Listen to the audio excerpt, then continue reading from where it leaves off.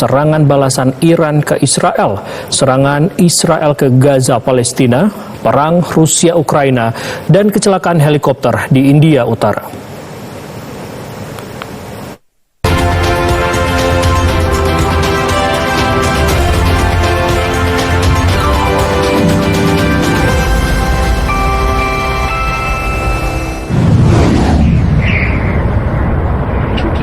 Rudal terlihat terbang di atas wilayah udara Yordania saat Iran melancarkan gelombang serangan baru ke Israel.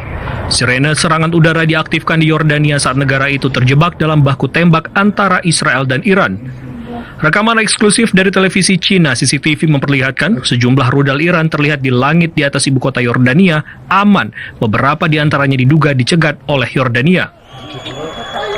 Rudal yang diluncurkan dari Iran terlihat di langit di atas kota-kota wilayah pendudukan tepi barat Palestina. Perdana Menteri Israel Benjamin Netanyahu menyatakan operasi militernya ke Iran akan meningkat, sementara Teheran membatalkan perundingan nuklir yang telah diajukan Washington sebagai satu-satunya cara untuk menghentikan pemboman. Sementara itu garis-garis cahaya terlihat di langit Yerusalem dari proyektil yang jatuh saat Iran meluncurkan salvo rudal ke Israel.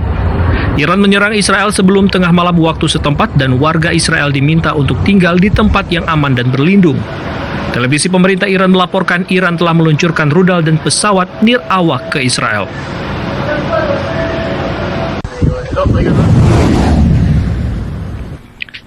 Drone terbang melewati area perumahan di Ramat Gan, Israel Tengah, dan mengungkap tingkat kerusakan yang disebabkan oleh serangan rudal Iran pada malam hari. Bangunan perumahan bertingkat hancur dan puing-puing berserakan di dalam apartemen dan di jalan-jalan di sekitar area tersebut. Iran telah meluncurkan serangan rudal balasan ke Israel sejak Jumat malam hingga menewaskan sedikitnya 10 orang Israel dan melukai sekitar 200 lainnya. Sementara itu, petugas darurat Israel memeriksa beberapa bangunan yang rusak di kota pesisir Bat Yam, tepat di selatan Tel Aviv pada Minggu dini hari setelah serangan rudal Iran menghantam wilayah Israel.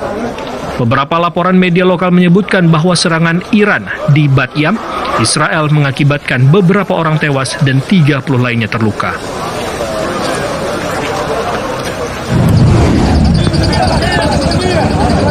Tembakan Israel di dekat titik distribusi bantuan di Rafah, Gaza Selatan, Palestina hari ini menewaskan puluhan warga Palestina. Otoritas kesehatan di Gaza mengungkapkan sedikitnya 5 dari para korban ditembak saat berada di dekat 2 lokasi bantuan yang dioperasikan oleh Yayasan Kemanusiaan Gaza GHF yang didukung Amerika Serikat. Petugas medis di Rumah Sakit Al-Auda di jalur Gaza bagian tengah mengatakan sedikitnya 3 orang tewas dan puluhan lainnya terluka akibat tembakan Israel saat mereka mencoba mendekati lokasi bantuan GHF di dekat koridor Netzarim. 2 orang lainnya tewas dalam perjalanan ke lokasi bantuan lain di Rafah, Gaza Selatan. Sementara itu, Kementerian Kesehatan di Gaza menyatakan serangan Israel di jalur Gaza sejak Oktober 2023 telah menewaskan sedikitnya 55.362 warga Palestina dan 128.741 lainnya luka-luka. Kementerian Kesehatan Gaza juga mengatakan bahwa 65 jenazah dibawa ke rumah sakit dalam 24 jam terakhir, sementara 315 orang terluka.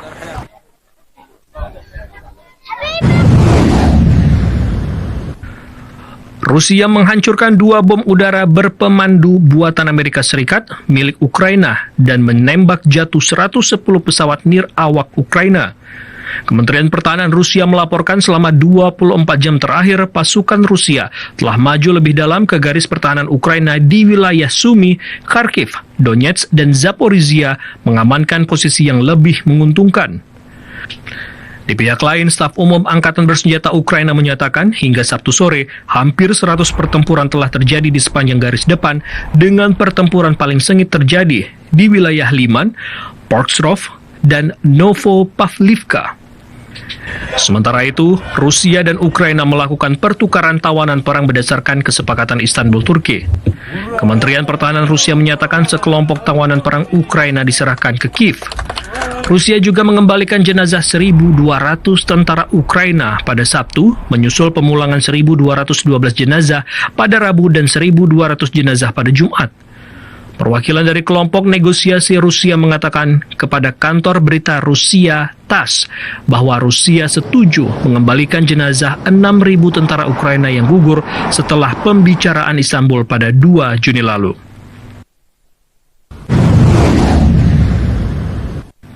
Helikopter yang membawa 6 orang jatuh di negara bagian Uttarakhand, India Utara hari ini. Media India melaporkan pesawat itu hilang di wilayah Gaurikund di negara bagian Uttarakhand. Kepala Menteri Uttarakhand Pushkar Singh Dhami mengatakan dalam unggahan di X bahwa pasukan tanggap bencana negara bagian SDRF, pemerintah daerah, dan tim penyelamat lainnya terlibat dalam operasi bantuan dan penyelamatan. Media India Today yang mengutip para pejabat menyebut helikopter itu kehilangan kendali dan jatuh karena cuaca buruk. Iran terus melancarkan serangan balasan ke berbagai wilayah Israel, menewaskan sedikitnya 10 orang dan menimbulkan kerusakan luas. Sementara itu, Houthi Yaman berkoordinasi dengan Iran melancarkan serangan ke Israel.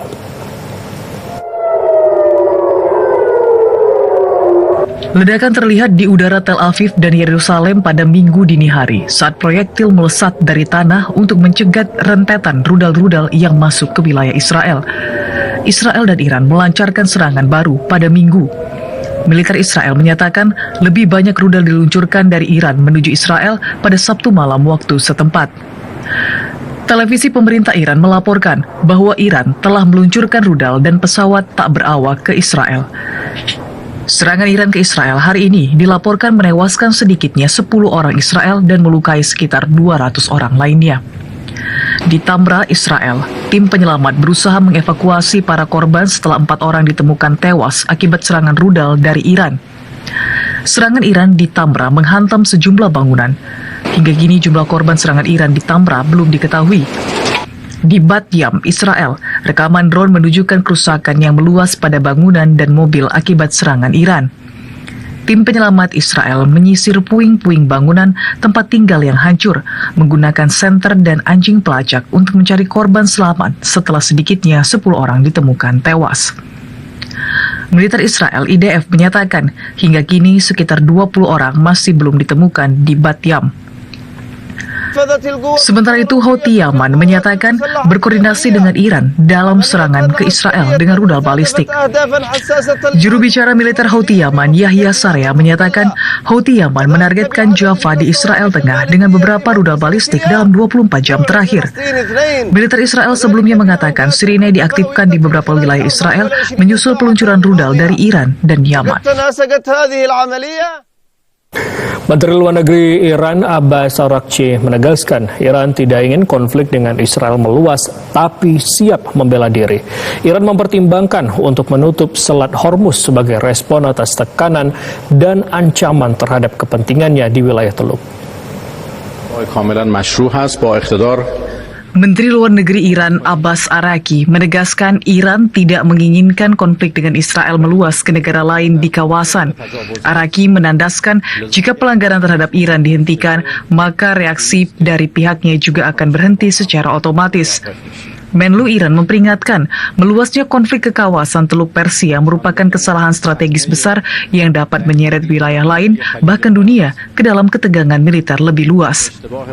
Araghchi menuduh Israel dengan sengaja menyerang Iran di tengah proses negosiasi nuklir sebagai bentuk penolakan terhadap jalan diplomasi. Ia menyayangkan keterlibatan Amerika Serikat dalam eskalasi konflik yang telah menggagalkan peluang kesepakatan putaran ke-6 pembicaraan nuklir yang seharusnya digelar hari ini. Sementara itu, Iran secara serius mempertimbangkan penutupan Selat Hormuz, jalur laut paling strategis di dunia untuk pengiriman minyak. Hal ini disampaikan anggota Komisi Keamanan Parlemen Iran, Ismail Qosari, seperti dikutip televisi pemerintah IRIN. Penutupan Selat Hormuz disebut sebagai respon atas meningkatnya ketegangan regional dan serangan terhadap kepentingan Iran. Sementara itu, Presiden Rusia Vladimir Putin dan Presiden Amerika Serikat Donald Trump membahas situasi di Timur Tengah melalui sambungan telepon. Kremlin mengungkapkan percakapan berlangsung selama 50 menit dan fokus pada eskalasi konflik antara Israel dan Iran.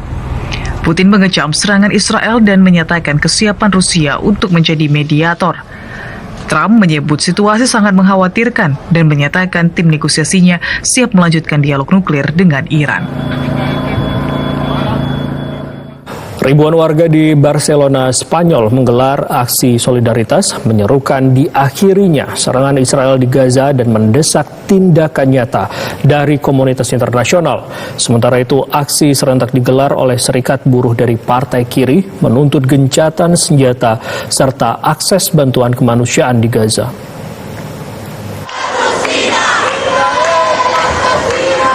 Aksi solidaritas untuk Palestina digelar di Barcelona, Spanyol pada Sabtu waktu setempat. Ribuan orang turun ke jalan menuntut dihentikannya serangan militer Israel di jalur Gaza.